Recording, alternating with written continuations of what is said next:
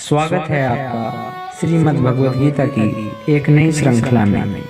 भगवत गीता की सीख में श्रीमद् भगवत गीता और भगवत गीता के ज्ञान के बारे में आपने बहुत से लोगों से सुना होगा, लेकिन फिर भी अक्सर आपके मन में यह संशय अवश्य रहता होगा कि आप भगवत गीता का अर्थ सही से नहीं समझ पाते या फिर अपने जीवन की वर्तमान परिस्थिति के अनुसार भगवत गीता के ज्ञान को ग्रहण नहीं कर पाते।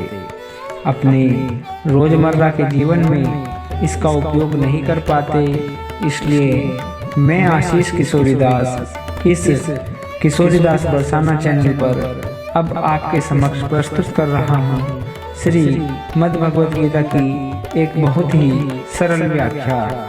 इस श्रृंखला में मैं भगवत गीता के सभी 18 अध्यायों से मिलने वाली सीख और शिक्षाओं को बहुत ही सरल शब्दों में समझाने का प्रयास करूंगा, जिससे सुनने के बाद आपको अपनी समस्याओं का समाधान अवश्य मिलेगा। आप सोचेंगे कि क्या विशेष है इस गीता में। मित्रों, गीता में अगर कुछ विशेष है तो वह है एक श्रेष्ठ मार्ग। बाकी हम सब तो निमित्त मात्र हैं, लेकिन फिर भी मेरा पूरा प्रयास रहेगा कि मैं बहुत ही आसान और सरल शब्दों में आप तक इस पवित्र ज्ञान को पहुंचा सकूं और इसके साथ ही आपको यह भी बताऊं कि कैसे आप विभिन्न अध्यायों से मिलने वाली सीख को अपने जीवन में वर्तमान समय के अनुसार उतार सकते हैं, स्वभाव के व्यवहार में धारण कर सकते हैं और अपने रोजमर्रा के जीवन में इसका उपयोग कर सकते हैं। तो चलिए, मैं आशीष किशोरीदास आपको ले चलता हूँ भगवत गीता के 18 अध्यायों की इस श्रृंखला की अद्भुत यात्रा पर। शास्त्र कहते हैं कि मनुष्य अगर गिरना चाहे तो असुरों से भी नीचे गिर सकता है, और अगर उठना चाहे तो देवताओं से भी ऊपर उठ सकता है। मनुष्य ही पृथ्वी से एकमात्र प्राणी है जो परमात्मा तक की दूरी तय कर सकता है। इस संसार में श्रीमद् भगवत गीता के पवित्र ज्ञान से न कोई जाने कितने लोग और कितने ही महापुरुष ने अपना जीवन बदला है। हमारे जीवन से जुड़ा ऐसा कोई प्रश्न नहीं है जिसका उत्तर भगवान श्री कृष्ण भगवत गीता में न देते हैं। हमारे मन में उठने वाली कोई भी शंका, परेशानी, चिंता, किसी तरह का आवेग या किसी भी तरह की दुविधा हो, दुनिया के हर धर्म संकट का उत्तर है श्रीमद् भगवत गीता। अगर आप सोचते हैं मद् भगवत गीता में केवल यह लिखा है कि भगवान की पूजा कैसे करनी है, तो आप बिल्कुल गलत सोचते हैं, क्योंकि श्रीमद् भगवत गीता सिर्फ एक किताब या धार्मिक ग्रंथ मात्र नहीं है, बल्कि इसमें वह पवित्र ज्ञान है, वह गूढ़ रहस्य है जो इस पृथ्वी पर जितने भी लोग जन्म लेकर आते हैं उनको यह सिखाता है कि इस जीवन का वास्तविक मतलब क्या है, जीवन का सही उद्देश्य क्या है और वास्तव में जीवन कैसे जिया जाता है। मनुष्य कैसे जीवन के हर क्षेत्र में सफल होकर खुशी और आनंद को प्राप्त कर सकता है। भगवत गीता के ज्ञान ने एक दुखी और मन से हारे हुए धनुष नीचे गिरा देने वाले अर्जुन को महाभारत के युद्ध में एक सर्वश्रेष्ठ योद्धा और विजेता बनाया। अगर आप भी अपने जीवन में किसी उद्देश्य को लेकर आगे बढ़ रहे हैं तो मेरा विश्वास कीजिए कि आप भी अपने जीवन की समस्याओं के युद्ध के मैदान के अर्जुन हैं, और इसलिए अपने जीवन की हर समस्या के समाधान के लिए इस पवित्र गीता ज्ञान को जानना आपके लिए बहुत आवश्यक है। आप चाहे कोई बिजनेसमैन हो, नेता या अभिनेता हो, गृहस्थ हो, विद्यार्थी हो या फिर किसी भी आयु वर्ग के क्यों ना हो, इस पवित्र ज्ञान में सभी की समस्याओं के समाधान और सभी की इच्छाओं के उत्तर मिलते हैं। श्रीमद् भगवत गीता के बारे में कहा गया है एकम शास्त्रम देवकी पुत्र गीतम एको देवो देवकी पुत्रेव एको मंत्रो तस्य नमानि यानि कर्माप्येकम तस्य देवस्य सेवा। अर्थात एकमात्र शास्त्र है जिसका गायन भगवान श्री कृष्ण के मुख से हुआ है और वह है श्रीमद् भगवत गीता। जब महाभारत की रणभूमि में धनुर्धर अर्जुन युद्ध के लिए घबरा गए तो भगवान श्री कृष्ण ने अपने श्रीमुख से जिस शास्त्र का गायन किया, जिस गीता का उपदेश दिया, वही है श्रीमद् भगवत गीता। इस शास्त्र में पूज्य एकमात्र देव हैं भगवान श्री कृष्ण, एक मात्र मंत्र है उनका नाम, एकमात्र कर्म है उनकी भक्ति और आराधना। श्रीमद् भगवत गीता का जितना भी अध्ययन किया जाए, जितना भी समझा जाए, उतना ही कम है। इसे जितनी बार भी पढ़ा और सुना जाता है, उतनी बार कुछ नया जानने को, कुछ नया सीखने को अवश्य मिलता है। इसलिए आपको शांति से बैठकर आंखें बंद करके इस ज्ञान की पूरी बात को जब तक समझ में ना आ जाए तब तक बार बार सुनना और मन में दृढ़ करना चाहिए। आज हम श्रीमद् भगवत गीता के प्रथम अध्याय का अध्ययन करेंगे, जिससे आपको यह सीखने को मिलेगा कि वह कौन सी सबसे पहली चीज है जो आपको जीवन में आगे बढ़ने से रोकती है। भले ही आपको बहुत सारा ज्ञान प्राप्त हो, आपके पास बहुत सारी योग्यताएं हों, लेकिन उस एक चीज की वजह से आप सही निर्णय नहीं ले पाते या सही विकल्प का चुनाव नहीं कर पाते और अपने काम में असफल हो जाते हैं। तो आइए शुरू करते हैं श्रीमद् भगवत गीता का प्रथम अध्याय, अर्जुन विषाद योग। कुरुक्षेत्र के युद्ध स्थल में सेना का निरीक्षण।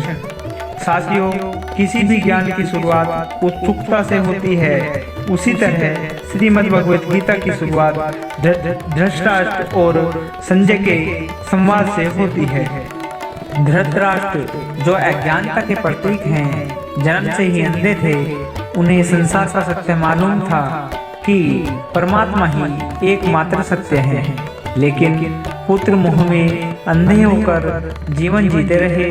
महाभारत के युद्ध को उन्होंने स्वयं नहीं देखा, बल्कि संजय की दिव्य दृष्टि से देखा।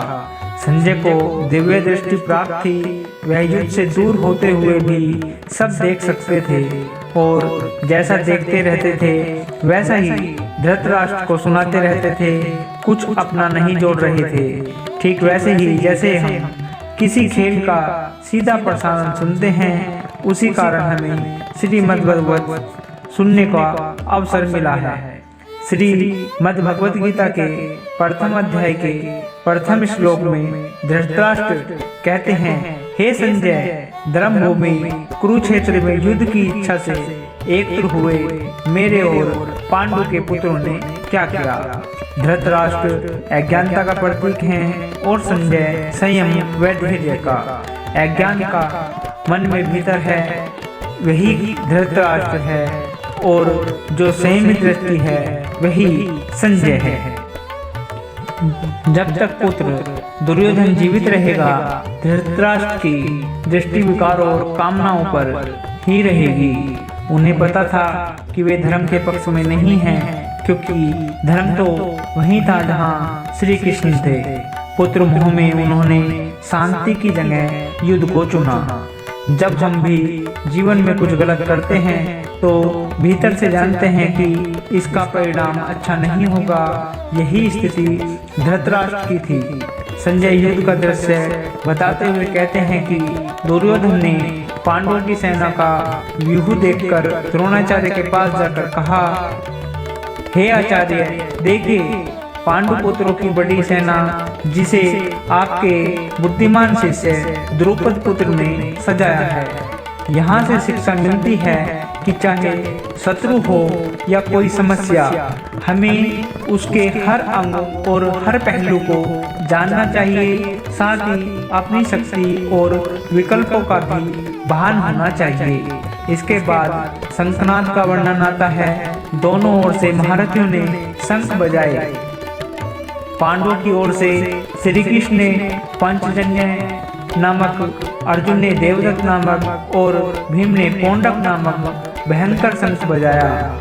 यहाँ श्री कृष्ण को ऋषिकेश कहा गया है क्योंकि वे समस्त इंद्रियों के स्वामी हैं। सभी जीव उनकी शक्ति से ही कर्म करते हैं।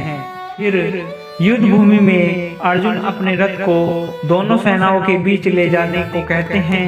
श्री कृष्ण ऐसा करते हैं। अर्जुन जब अपने परिजनों, काका, मामा, गुरु और भाई बंधुओं को सामने देखते हैं तो उनका हृदय द्रवित हो जाता है। उनके हाथ से गांडीव धनुष छूट जाता है और वे विषाद शोक में पड़ जाते हैं। इसलिए इस अध्याय का नाम अर्जुन विषाद योग पड़ा। अर्जुन को रणभूमि में दोनों ओर अपने घर वाले नजर आ रहे थे। यह देखकर अर्जुन बहुत दुखी और व्याकुल हो जाते हैं। उनके हाथ से उनका धनुष गांडीव छूटकर गिर जाता है। उनकी त्वचा जलने लगती है। उन्हें बुखार सा आ जाता है। समझ में नहीं आता कि यह कैसा युद्ध है जिसमें दोनों तरफ अपने ही लोग खड़े हुए हैं। अर्जुन को भी पसीना आ जाता है और बहुत दुखी होकर वे भगवान श्री कृष्ण के सम्मुख अपना दुख और द्विधा प्रकट करते हुए कहते हैं, हे केशव, मैं कैसे यह युद्ध कर सकता हूँ। इस युद्ध भूमि में युद्ध के लिए एकत्रित हुए ये सब तो मेरे अपने ही हैं। मैं कैसे पितामह भीष्म और गुरु द्रोणाचार्य से युद्ध करूंगा, क्योंकि ये दोनों ही मेरे लिए पूजनीय हैं। इसलिए इन गुरुओं को मारने से तो अच्छा है मैं भिक्षा मांगकर जीवन यापन करूं। हे मधुसूदन, जिन कौरवों में ये युद्ध करने जा रहे हैं मैं उन्हें कैसे मार सकता हूँ। वे सब धृतराष्ट्र के पुत्र मेरे भाई ही तो हैं, मेरे अपने ही तो हैं। इन सबको मारने से तो अच्छा है कि मैं सन्यासी बन जाऊं। अपनी ही कुल का विनाश करके मैं कैसे सुखी रह सकता हूँ। हे कृष्ण, मुझे कुछ समझ नहीं आ रहा है। मेरी बुद्धि भ्रमित हो रही है। मेरा सिर फटा जा रहा है। मेरे पैर कांप रहे हैं। यहाँ तक कि मैं खड़ा भी नहीं हो पा रहा हूँ। मेरी त्वचा जल रही है। मेरा गांडीव धनुष मेरे हाथ से छूट रहा है। मैं कुछ भी समझ पाने में समर्थ नहीं हूँ। मुझे तो इस युद्ध का लक्षण और परिणाम दोनों ही उल्टे दिख रहे हैं, विपरीत ही दिख रहा है। मैं अपने ही कुल को मारकर कल्याण को नहीं पाना चाहता और कुल को मारने से कब कल्याण मिलता है। नहीं कृष्ण, मैं यह युद्ध नहीं कर सकता। धनुर्धर अर्जुन भगवान श्री कृष्ण को अपने से कम समझते हैं, क्योंकि अर्जुन ने अब तक भगवान श्री कृष्ण को सिर्फ अपना मित्र माना, सखा माना, इससे ज्यादा नहीं माना। अर्जुन को नहीं पता था कि इसी भगवत गीता में आगे चलकर 11वें अध्याय में अर्जुन को जो अनुराग का रूप है उसे भगवान के विराट स्वरूप के दर्शन होने वाले थे। धनुर्धर अर्जुन अपनी तरफ से तरह तरह के तर्क देते हैं कि अगर यह युद्ध हुआ तो करोड़ों लोग मारे जाएंगे। जो सैनिक और योद्धा इस युद्ध में मारे जाएंगे उनकी इंद्रियों का क्या होगा, समाज कैसे आगे बढ़ेगा, और भी बातें बताते हुए अर्जुन ने विस्तार से कही। कुल मिलाकर अर्जुन चाहते थे कि कैसे भी मैं इस युद्ध से वापस चला जाऊं या यह युद्ध टाला जा सके। लेकिन यह युद्ध अब टाला नहीं जा सकता था, क्योंकि यह युद्ध ना हो इसके लिए पहले ही कई प्रयास किए जा चुके थे। यहाँ तक कि स्वयं श्री कृष्ण ने दुर्योधन और कौरवों को समझाने का प्रयास भी किया था, मगर दुर्योधन के अहंकार और धृतराष्ट्र के अपने पुत्र दुर्योधन के प्रति मोह ने इस युद्ध को अपरिहार्य बना दिया था। अर्जुन ने अपनी तरफ से हर वह तर्क दिया कि यह सब मेरे अपने हैं, मेरे परिवार के हैं, इनको मारकर मुझे क्या मिलेगा। मैं अपने ही लोगों को युद्ध में नहीं मार सकता। मुझे इस भूमि के साम्राज्य के लिए तो क्या, अगर कोई तीनों लोगों का साम्राज्य भी दे दे तो भी मैं ऐसा युद्ध नहीं करूंगा जिससे मुझे अपने लोगों को ही मारना पड़े। अर्जुन त्रिलोक का साम्राज्य भी नहीं लेना चाहते थे, वे उसको भी निकाल रहे थे। तो भगवान श्री कृष्ण अर्जुन को आखिर ऐसा क्या देने वाले हैं कि अर्जुन तैयार हो जाए, मान जाएंगे, क्योंकि शीघ्र ही इस युद्ध भूमि में उतरने के लिए सब कुछ विस्तार से जानेंगे श्रीमद् भगवत गीता के आने वाले अध्यायों में। प्रथम अध्याय के अंत में अर्जुन जो हैं वे हताश और निराश होकर रथ में पीछे जाकर बैठ जाते हैं। अर्जुन को उस पूरी सेना के निरीक्षण में अपने सगे संबंधी दिखाई देते हैं, परिवार दिखाई देता है जिनको मारना है। यहाँ तक हमारे संबंध होते हैं, वहीं तक हम अपनी दुनिया मानते हैं। अर्जुन को मालूम नहीं था कि जो उनके मित्र श्री कृष्ण हैं वे स्वयं भगवान हैं, और अर्जुन को जब यह मालूम चलने लगता है कि वे भगवान हैं, वे गिड़गिड़ाने लगते हैं, क्षमा मांगने लगते हैं। अर्जुन बहुत सारे संशय और उलझनों के बीच उलझ चुके थे, युद्ध नहीं करना चाहते थे, लेकिन भगवान श्री कृष्ण ने उनकी हर समस्या, हर शंका का समाधान किया। दोस्तों, श्रीमद् भगवत गीता के प्रथम अध्याय से हम यह सीखने को मिलता है कि वास्तविकता हमारी सोच से अलग होती है। हमें नहीं पता होता कि जब हम कोई काम करने जा रहे होते हैं तो वहाँ क्या होगा। जब हम किसी बुरी चीज का सामना करते हैं तो हम घबरा जाते हैं, और घबरा जाने के बाद हमारा असली स्वरूप भूल जाते हैं। इसी तरह हमारे शरीर और मन से भी हमारी अच्छाई और बुराई का निरंतर युद्ध चलता रहता है।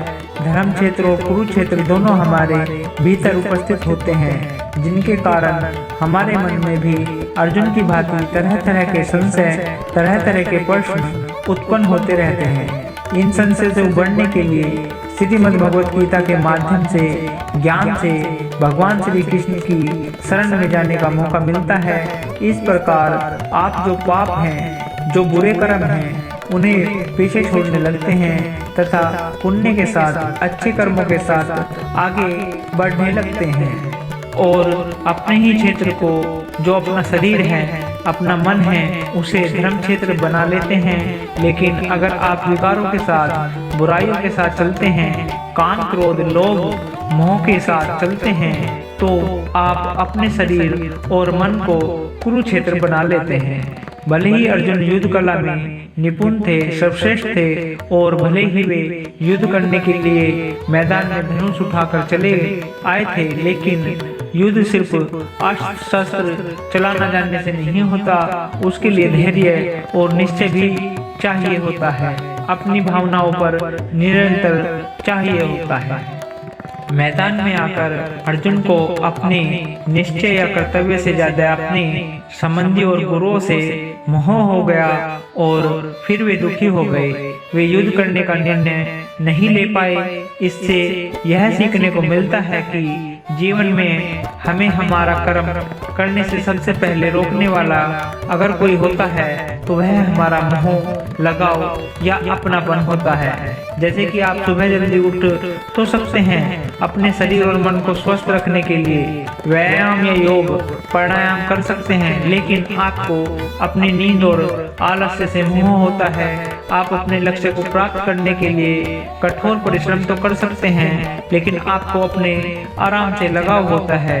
अर्जुन एक क्षत्रिय थे और युद्ध करना ही उनका कर्म था, और वही युद्ध करने में बहुत अच्छी तरह से निपुण भी थे, लेकिन वे मोह में आकर, लगाव में आकर अपना कर्म भूल गए थे। इसलिए यदि जीवन में आपको चुनौतियों से लड़ना है तो आपको अपने लगाव का बलिदान करना आना चाहिए। दोस्तों, इसको आप इस तरह से भी समझ सकते हैं। मान लो आप किसी से बहुत प्रेम करते हैं, लेकिन वह मनुष्य आपके प्रेम का मान नहीं करता। ऐसे में आपको उसका प्रेम पाने का मोह नहीं होना चाहिए, क्योंकि लगाव किसी भी प्रकार का हो, जब तक वह है आप अपने जीवन के अर्जुन नहीं बन पाओगे। साथियों, आशा है आपको श्रीमद् भगवत गीता के प्रथम अध्याय की यह सरल व्याख्या जरूर पसंद आई होगी और आपको इससे बहुत कुछ सीखने को भी मिला होगा। इस वीडियो से आपने क्या सीखा हमें कमेंट करके जरूर बताइए। अगर इस वीडियो में मुझसे कोई त्रुटि हुई या गलती हो गई हो तो मैं क्षमा चाहता हूँ। मिलते हैं जल्द ही श्रीमद् भगवत गीता के दूसरे अध्याय की आसान और सरल व्याख्या के साथ। तब तक के लिए अपना ध्यान रखें, स्वस्थ रहें, प्रसन्न रहें। जय श्री राधे, जय श्री कृष्ण।